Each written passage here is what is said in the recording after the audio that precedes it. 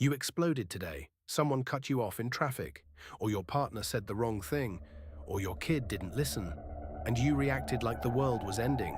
And then, 5 minutes later, you felt ashamed, because you know it wasn't really about the traffic, or the comment, or the kid. Something deeper detonated. Anger is one of the most misunderstood emotions in psychology. Most people think it's a problem to be controlled, suppressed, managed away. But research from Stanford's Emotion Lab tells a different story. Anger is almost never about what it appears to be about. A 2023 meta-analysis of anger research found that chronic anger, the kind that overreacts to small triggers, is consistently linked to one underlying cause: a feeling of powerlessness, of helplessness, of being out of control in a world that won't cooperate. The anger is real, but the story it's telling is always bigger than the trigger. The Lubavitcher Rebbe addressed this directly.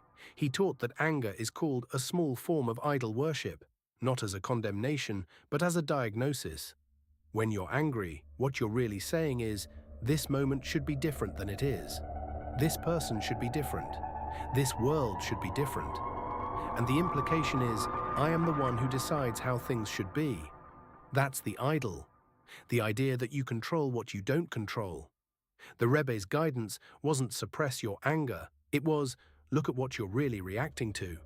Because the small trigger, the traffic, the comment, the late email, is almost never the real source. Beneath the surface, anger is usually one of three things: a boundary that was crossed and you didn't know how to express it, a fear of losing control, of not being respected, of being invisible, or grief for how things were or how they were supposed to be. Modern therapy has arrived at exactly the same place. Emotion-focused therapy, developed by Dr. Leslie Greenberg, distinguishes between primary emotions, the real feelings underneath, and secondary emotions like anger, which often mask the primary ones. You're not really angry at the traffic. You're anxious about being late and feeling like nothing in your life is reliable. You're not really angry at your partner.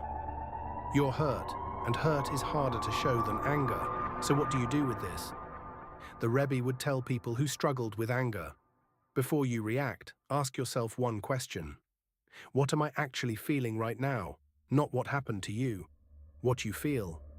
That pause, even a few seconds, is where anger transforms into something honest, something that can actually be addressed. Because the anger is just the surface.